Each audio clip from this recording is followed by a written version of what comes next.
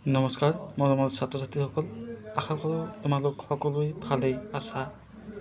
আজি মই তোমালোকৰ সন্মুখত দশম শ্ৰেণীৰ দেৱজিৎ ভূঞাদেৱে লিখা উদ্যোগী হওঁ আহা পাঠটিৰ কেইটামান প্ৰশ্ন তোমালোকৰ সন্মুখত দাঙি ধৰিব খুজিছোঁ আৰু বাকী প্ৰশ্ন উত্তৰসমূহো তোমালোকক দিম আগন্তুক দিনত।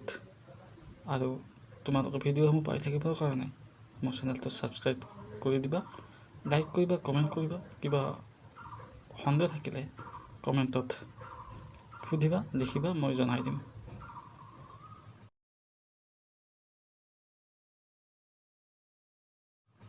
এই প্ৰশ্নসমূহ বহুত গুৰুত্বপূৰ্ণ প্ৰশ্ন। তোমালোকে ভালদৰে পঢ়িবা, চাবা, চিনি নাপালে মোক সুধিবা।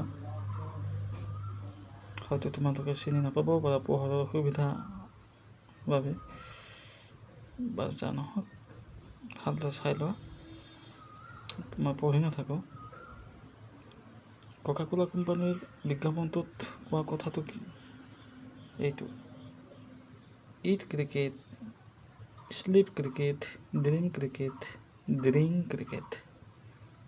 এইটো লিখি দিবা। এইখিনি পৰীক্ষাত লিখিলেই হ'ব। মই বেকতৰ ভিতৰত লিখিছোঁ অসমীয়াত বুজাই দিবৰ কাৰণে। খাওঁতে শুওঁতে উঠোতে বহুতে মানে প্ৰতি সময়তে অনবৰতে কামৰ প্ৰতি এটা স্পৃহা থাকিব লাগিব। তেতিয়াহ'লে মানুহ কি হয়, সফল হ'ব পাৰে।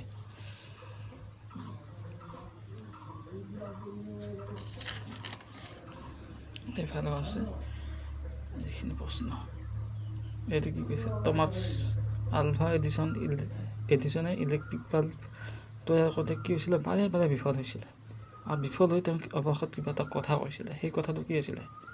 তেওঁ কৈছিলে, মই বিফল হোৱা নাই, মাত্ৰ বুজিলোঁ যে 10,000 ধৰণে ই কাম নকৰে। এনেকৈ কৈছিলে। ঠিক আছে, শেষত তোমালোক সকলোলৈ আকৌ এবাৰ বহুত বহুত ধন্যবাদ। ছাবস্ক্ৰাইব কৰি থৈ দিবা মোৰ চেনেলটো। আকৌ এবাৰ ক'লোঁ, ভালদৰে থাকিবা, পঢ়া শুনা কৰিবা। জয় আই অসম।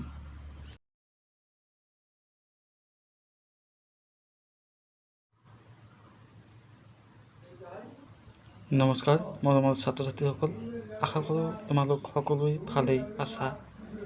আজি মই তোমালোকৰ সন্মুখত দশম শ্ৰেণীৰ দেৱজিৎ ভূঞাদেৱে লিখা উদ্যোগী হওঁ আহা পাঠটিৰ কেইটামান প্ৰশ্ন তোমালোকৰ সন্মুখত দাঙি ধৰিব খুজিছোঁ আৰু বাকী প্ৰশ্ন উত্তৰসমূহো তোমালোকক দিম আগন্তুক দিনত।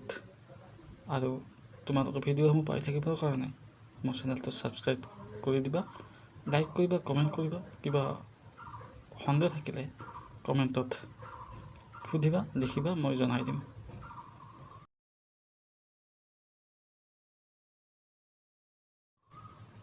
এই প্ৰশ্নসমূহ বহুত গুৰুত্বপূৰ্ণ প্ৰশ্ন।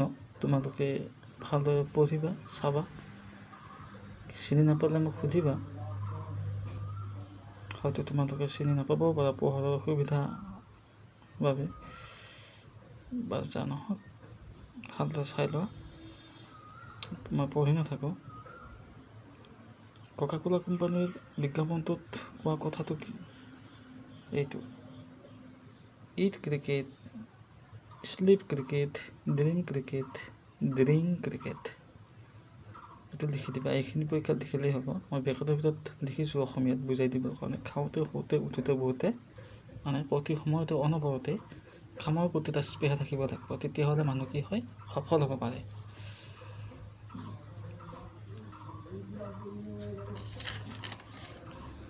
এইফালেও আছে এইখিনি প্ৰশ্ন। এইটো কি কৈছে? টমাছ আলভা এডিছনে ইলেক্ট্ৰিক বাল্ব তৈয়াৰ কৰোঁতে কি হৈছিলে? বাৰে বাৰে বিফল হৈছিলে। আৰু বিফল হৈ তেওঁ অৱশেষত কিবা এটা কথা কৈছিলে। সেই কথাটো কি আছিলে? তেওঁ কৈছিলে, মই বিফল হোৱা নাই, মাত্ৰ বুজিলোঁ যে 10,000 ধৰণে ই কাম নকৰে। এনেকৈ কৈছিলে। ঠিক আছে, শেষত তোমালোক সকলোলৈ আকৌ এবাৰ বহুত বহুত ধন্যবাদ। ছাবস্ক্ৰাইব কৰি থৈ দিবা মোৰ চেনেলটো। আকৌ এবাৰ ক'লোঁ, ভালদৰে থাকিবা, পঢ়া শুনা কৰিবা। জয় আই অসম।